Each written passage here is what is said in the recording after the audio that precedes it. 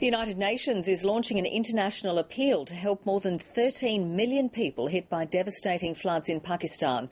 The UN says nearly half of those affected need urgent aid to survive. Pakistan's president has now returned home after an extended visit to Europe.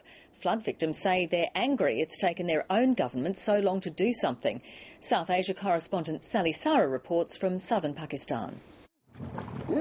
Desperate farmers try to swim their cattle to safety. The Dino family is trying to get out too. The children already have serious skin infections from the floodwaters. Waris Dino says except for a few of the men, everybody will leave this place now.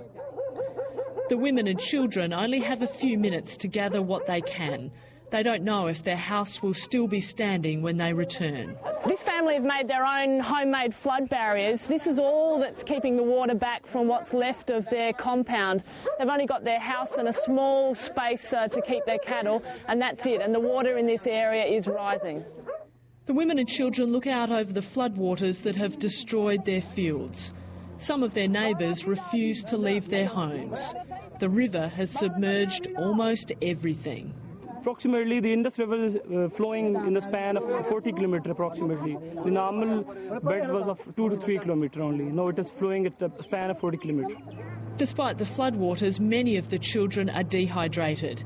It's extremely hot and humid, and they only have one bottle of safe drinking water to share. They're coming on this boat really with nothing. They just have one suitcase between about 20 of them. This is all that they'll take with them onto dry land. There's no food, no shelter and no clean water when they reach the shore.